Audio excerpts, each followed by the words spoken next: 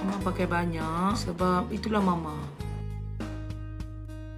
Cantik bila Mama tak pakai makeup. Terima kasih. Cantik is a bonus. Tapi kenapa Mama makeup adalah sebab Mama nak lebih yakin. Warna brown. Cepat-cepat sikat. Tak payah dah pakai concealer. Tak gerak lagi dah.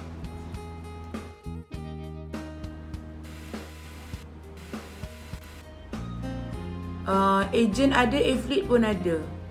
Kalau ada yang nak, sebab ada setengah customer dia tak suka tahu dia nak barang tu ada dekat tangan. Singapore ke, orang Brunei ke, memang tak boleh beli dekat bag kan. So kalau ada yang nak jadi agent untuk eyeliner Mama pakai ni, even dekat Malaysia pun, kalau ada yang nak pun Mama alu-alukan. Okay, modal rendah je sebab Mama faham keadaan ekonomi sekarang.